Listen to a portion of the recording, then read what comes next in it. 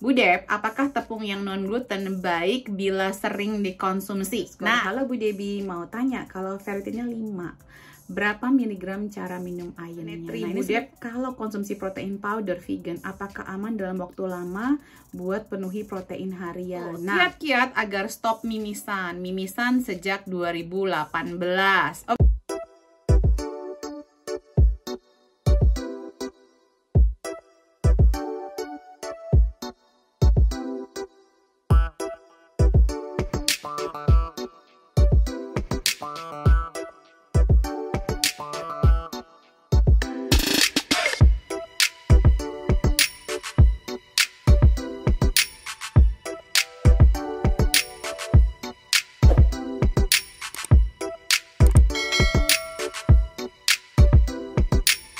Hai, kembali lagi bersama saya Debbie Jean-Marie, your favorite naturopathic practitioner, dalam segmen Tanya Sehat Debbie.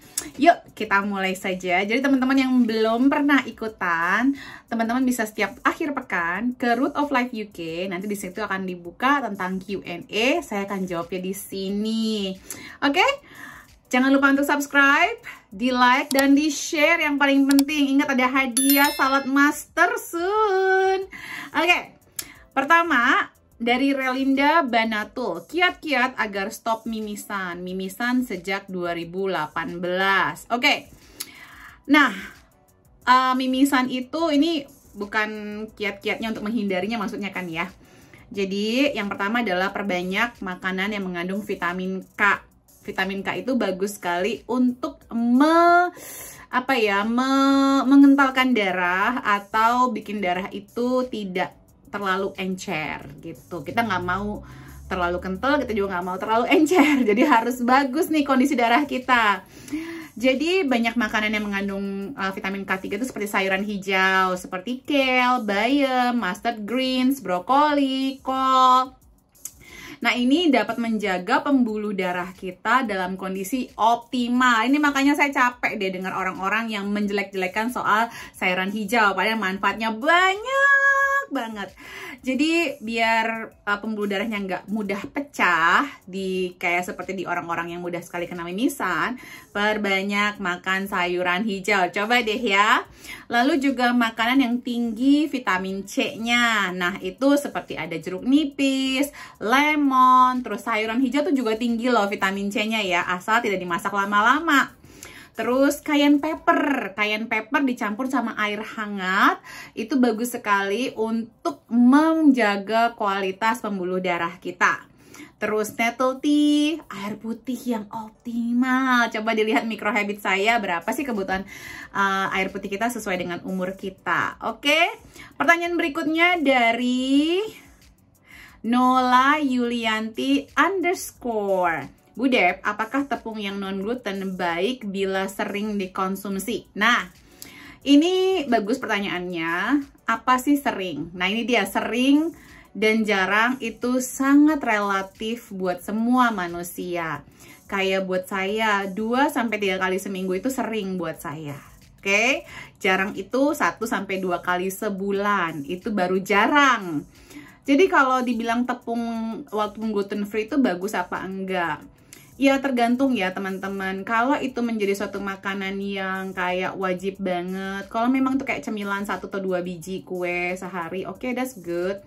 Apalagi kalau ya istilahnya tuh makanan yang lainnya sehat-sehat semua, tapi kayak kalau itu banyak dan semua ditepungin, jadinya nanti kalau kita ngomongin tepung tuh bisa digoreng dan diolah ya, jadi makanan ultra olahan gitu, kayak cookies, biskuit, kue, itu semua kan makanan ultra olahan sebenarnya. Dan kenapa? Tepung sendiri itu sudah ultra olahan, jadi kalau bisa sih dikurang-kurangin ya gitu. Untuk hijrah bagus, tapi jangan kayak konsumsi setiap hari, kecuali memang persentase antara makan sehatnya jauh lebih banyak dibandingkan makan tepungnya. Jadi kayak cuman 1 atau 2 keping kue gitu misalnya. That's more than enough. Berikutnya dari Agisti, karena pakai Q. Bu Deb, rekomendasi lipstick sehat dan deodoran sehat Bu Deb. Oke, kalau deodoran aku itu pakai ini adalah kemarin si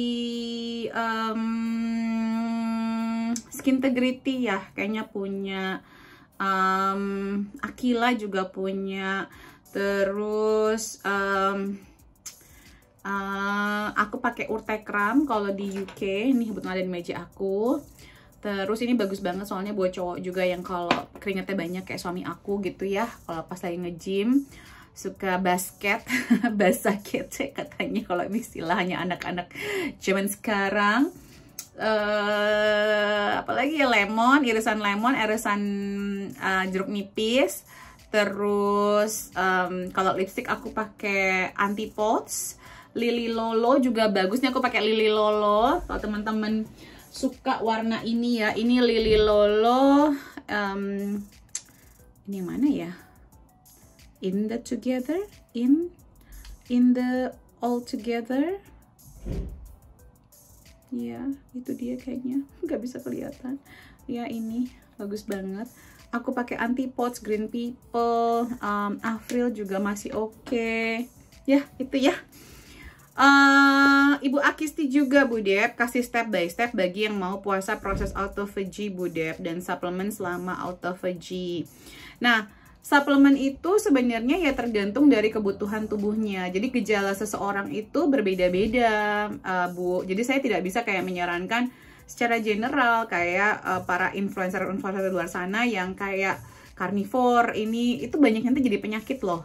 Saya menangani banyak sekali efek samping dari peserta-peserta semua yang menjalankan itu tuh, diet-diet yang nggak jelas itu gitu.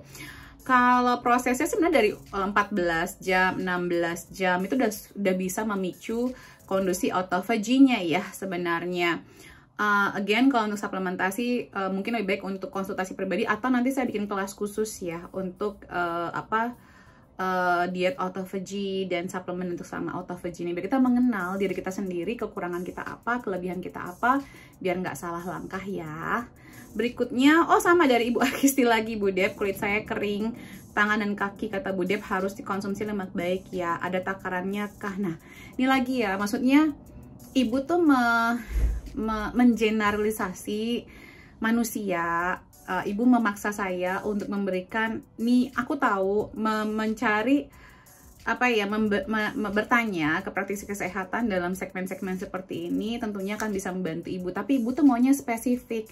Nah, kalau kita ngomongin spesifik itu tuh per case by case scenario, makanya harus ada konsultasi, makanya harus ada coaching 101 sebenarnya, karena itu akan lebih baik. Health is your greatest wealth. Kesehatan adalah kekayaan Ibu yang paling utama. Jadi kalau Ibu istilahnya ya nih Bu ya, mendapatkannya secara gratis, Ibu tidak akan mendapatkan yang optimal.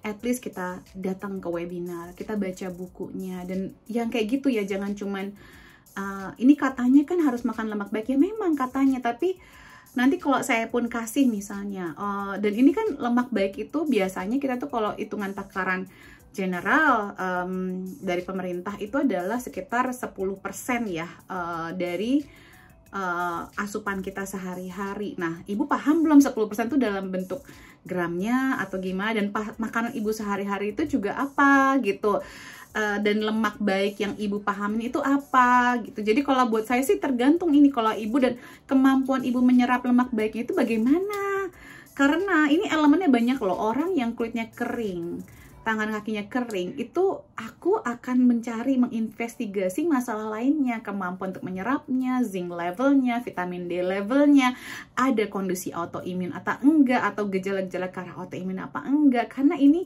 bukan cuma sekedar berapa takarannya. Silahkan aja, lebih ditingkatkan aja, lebih banyak aja. Kayak saya, kalau Ibu lihat saya bikin YouTube, di YouTube saya masak-masak saya tuh ya, saya tuh kayak banyak makan lemak sehat. Coba aja perbanyak, nanti Ibu tahu takarannya untuk diri sendiri loh sebenarnya loh.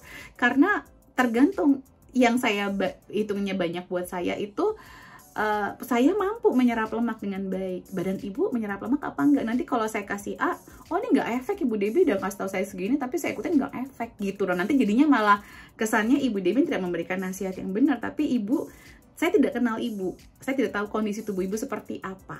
Jadi ini kalau buat aku, kalau sudah ada sampai, ini pertanyaan ibu ada 3 ya, gitu. Jadi kalau buat saya ini ada satu masalah yang quite serius yang sebaiknya ibu datang ke saya untuk konsultasi pribadi atau belajar sepenuhnya lewat webinar.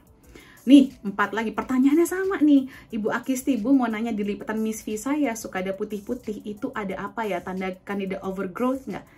Bisa jadi, bisa jadi. Nah, jadi ini banyak sekali Bu kasusnya nih. Ibu berusaha untuk mencari jawaban semua permasalahan ini dengan cara gratis seperti ini. Nah, saya nggak tahu nih rewel kesehatan ibu gimana, pola makan ibu seperti apa. Berikutnya dari Made Ganetri, Bu Dep, kalau konsumsi protein powder vegan, apakah aman dalam waktu lama buat penuhi protein harian? Nah, hati-hati dengan vegan atau protein powder in any way ya. Itu biasanya kayak kalau yang bukan vegan itu ada whey proteinnya, which is orang Indonesia itu banyak sekali yang intoleran dengan laktos ya, atau dengan susu sapi in general, atau susu kambing juga. Nah, kalau di vegan protein powder itu ada yang namanya pea protein. Jadi ngambil dari mana? Dari pea, dari soy. Nah, pea dan soy ini adalah 2 jenis protein nabati yang murah karena udah dibikin segitu murahnya ya. Nah, banyak orang yang juga sensitif. Saya menangani banyak kasus orang-orang yang habis makan protein powder ini banyak, habis itu jadi bermasalah pencernaannya gitu. Nah, apakah aman? Saya tidak bisa mengklaim itu aman atau enggak, karena saya tidak tahu ibu punya sensitivitas apa saja. Jadi itu yang ibu harus cari tahu sendiri sih, apa kesensitifan dalam tubuh ibu sendiri, karena itu yang paling penting. Everyone is different, jangan disamaratakan. Ya, kenapa nggak makan protein benerannya aja, kayak beans, kayak nuts, seeds, itu jauh lebih baik. Dan ibu bisa bikin sendiri kok menjadi powder. Berikutnya dari Ibu Akisti lagi, Bu Dep, saya terkena miom jinak 5 cm di rahim. Bisa hilang dengan pola makan tanpa operasi kan ya? Bisa, tapi pola makan yang seperti apa Bu? Kayaknya Ibu Akisti sebaiknya saya sarankan untuk daftar konsul pribadi deh. Terlalu banyak masalahnya untuk dijawab hanya lewat Tanya Sehat Debbie. Oke? Tanya Sehat Debbie itu kalau kita memang sudah pertanyaan yang ringan dan Ibu sudah belajar, mau dipastikan aja, itu lebih spesifik di sini. Kalau Ibu ini terlalu banyak masalahnya. Berikutnya Ibu Natalia Wijaya, apakah normal bila remaja cowok 15 tahun belum mengalami pubertas? Ini pubertas ini dalam kategori apa nih Bu? Apakah mimpi basah? Apakah pertumbuhannya, perubahan di tubuhnya ya, kayak rambut halus di alat genital dan lain-lain? Normal atau enggak, 15 itu adalah sebenarnya di perempuan juga itu sebuah titik krusial di sini. Jadi kalau memang ibu ada kekhawatiran itu, dibus sekarang Bu, jangan sampai terlalu telat. Oke? Jadi ini harus lebih spesifik pertanyaannya ya Bu ya. Oke, pertanyaan terakhir Ibu Bonita _dia_. Halo Bu Debbie, mau tanya kalau ferritinnya 5, berapa miligram cara minum ironnya? Nah, ini sebenarnya saya udah bikinin videonya loh di tentang iron ya, sudah ada loh Ibu. Ferritinnya 5, ironnya berapa harusnya? Jadi jangan hanya ferritinnya aja, tapi ironnya juga dicek. Kalau misalnya ironnya bagus, yaitu cuman kayak tinggal banyakin dari makanan alami yang mengandung iron atau mengandung zat besi, dan Ibu harus kurangi hal-hal yang dapat menghalangi penyerapan zat besinya. Misalnya kayak nasinya nggak direndam dulu, habis itu minum teh atau kopi sama makanan utama, itu semua dapat menghalangi zat besi, penyerapan zat besi. Terus kalau ibu misalnya memang dua-duanya rendah, nah itu baru kita masukin suplementasi. Suplementasinya itu sekitar 2-3 mg per kilogram berat badan ibu. Tapi hati-hati ya, coba ibu nonton deh video saya tentang soal zat besi. Itu soalnya ada masalah kalau kita minum suplementasi zat besi yang dosis tinggi, itu bisa bermasalah sekali di konstipasi. Nah ini tergantung lagi nih ibu udah punya masalah konstipasi apa enggak. Kalau memang sudah, ini harus diakalin banget. gitu ya Bu ya. Jadi dikombinasikan antara makanan dan suplemen mungkin setengah-setengah. Jadi ibu harus fokus sumber makanan zat besinya yang tinggi dikonsumsi, vitamin C ditambahkan. Bu nonton deh zat besinya biar itu lebih jelas penjelasan saya. Oke, kalau begitu semua sudah saya jawab. Terima kasih banyak yang sudah mengirimkan pertanyaan. Semoga bermanfaat. Jangan lupa di like, subscribe, dan di share. Dan ingat akan ada hadiah. 1 paket salad master, panci salad master yang sultan itu yang harganya sampai 50 juta rupiah. Kita akan bagi-bagi gratis, jadi jangan lupa untuk nge-like, nge-share, nge-subscribe biar semakin maju akun atau kanal YouTube ini. Terima kasih banyak, I love you all. Sarangi. Oh.